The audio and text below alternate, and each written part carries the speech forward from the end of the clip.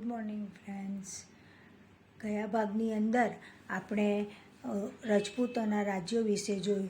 હવે તમને અહીંયા આગળ આ નકશાની અંદર દેખાય છે કે ભારતની અંદર કનોજનું ગઢવાલ, બુંદેલખંડનું ચંદેલો, જ્યાં ગરી એ લોકોનું રાજ્ય હતું એ નકશાની અંદર દેખાય છે. માળવાના પરમાર, અનિલવાડ પાટણમાં સોલંકી, દક્ષિણ રાજસ્થાનમાં ગોહિલ, સાંગભરીમાં ચૌહાણ. આ રીતે ઉત્તર ભારતમાં રજપૂતોએ પોતાનું રાજ સ્થાપ્યું હતું. તો આ રજપૂતો કેવા હતા, તેમના વિશિષ્ટ લક્ષણો વિશે આજે આપણે શીખીશું. આ રજપૂતો વિશિષ્ટ લક્ષણો ધરાવતા હતા. પહેલું આપણે જોઈએ તો રજપૂતો ખૂબ બહાદુર હતા અને એટલા જ ટેકીલા હતા. રજપૂતોના બહાદુરની ટેક વિશે હું તમને રાણા પ્રતાપનું ઉદાહરણ આપીશ. રાણા પ્રતાપે ટેક લીધી હતી કે જ્યાં સુધીનું ચિત્તોડનો કિલ્લો જીતું નહીં ત્યાં સુધી પલંગે પોઢીશ નહીં. એમના મૃત્યુના અંત ભાગ સુધીને એમને એ વચન પાળ્યું અને એ ટેક નિભાવી હતી. બીજું, શરણે આવેલાનું તેઓ રક્ષણ કરતા હતા. પોતાના પ્રાણના ભોગે પણ તેઓ તેમનું રક્ષણ કરતા હતા. દુશ્મનને પીઠ બતાવવા કરતાં તેઓ મૃત્યુને વિશેષ પસંદ કરતા હતા. તેઓ જ્યારે એવું લાગે કે અમે દુશ્મન ખૂબ ભારી છે અને એની સામે અમે ટકી ન શકીશું ત્યારે તેઓ કેસરિયા કરતા હતા. યુદ્ધમાં કેસરી વસ્ત્રો ધારણ કરી અને તેઓ લડવા જતા અને પોતાના જીવનના છેલ્લા શ્વાસ સુધી તેઓ પોતે લડતા હતા અને યુદ્ધની અંદર મૃત્યુને પસંદ કરતા હતા.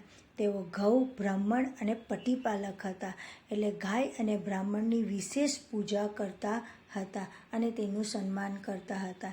તેઓ યુદ્ધમાં ક્યારેય અધર્મ આચરતા હતા નહીં. યુદ્ધની અંદર તેઓ નિષ્ઠાપૂર્વક લડતા હતા.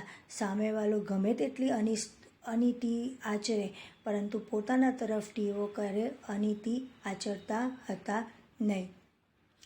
આપણે જોઈએ કે જેટલા ભારતના રજપૂતો બહાદુર હતા એટલી જ ભારતની રજપૂતાણીઓ પણ બહાદુર અને પોતાની વીરત્વ માટે વિખ્યાત હતી. આપણે ભારતની અંદર જોઈએ તો તેઓ સતીત્વ, નિડરતા અને સત્ય માટે તે પ્રાણની પણ હતી. તમે જોયું હશે કે પદ્માવત પિક્ચરની અંદર જ્યારે યુદ્ધમાં રાજાનું મૃત્યુ થાય છે તો રાણી પોતે દુશ્મનના હાથે જવા કરતાં, અલાઉદ્દીન ખલજીના હાથમાં જવા કરતાં એ જોહર ઘણી બધી શતરાણીઓ સાથે એ જોહર કરે છે. તો જ્યારે તે પોતાનો પતિ મૃત્યુ પામે તો દુશ્મનના હાથે ચડવા કરતાં એ પોતે સતી થવાનું વિશેષ પસંદ કરતી હતી. તે ખૂબ નિડર હતી. હવે તે પોતાના બીજું આવશે પોતાના પુત્ર અને પતિ કે ભાઈને યુદ્ધમાં હસતા મોઢે વિદાય આપતી હતી. એમને ખબર હોય કે યુદ્ધમાં આપણા પતિ કરતાં દુશ્મન વધુ શક્તિશાળી છે, છતાં પણ એની હિંમતને ટેકો આપી હસતા મોઢે વિદાય આપતી હતી. પછી આવે છે જરૂર પડે તો એ તલવાર લઈને રણ મેદાનમાં નીકળી પડતી હતી. આ માટે હું તમને અહીં નાયકા દેવીનું ઉદાહરણ આપીશ. તમે જોયું હશે કે નાયકા દેવી જે અજયપાળની પત્ની હતી, પુત્ર નાનો હોવાથી એને પોતે ગાદી સંભાળી હતી. જ્યારે શાહબુદ્દીન ગોરી એની ઉપર ચઢાઈ કરી તો રણ મેદાનની અંદર પોતે તલવાર લઈને નીકળી પડી હતી. બીજું વિશેષ ઉદાહરણ ઝાંસીની રાણી કે પોતાના પતિનું મૃત્યુ થતાં ગાદી એના નાના પુત્રને ન મળતા એ પોતાની ગાદીની લડત માટે અંગ્રેજો સાથે પણ એ લડી હતી.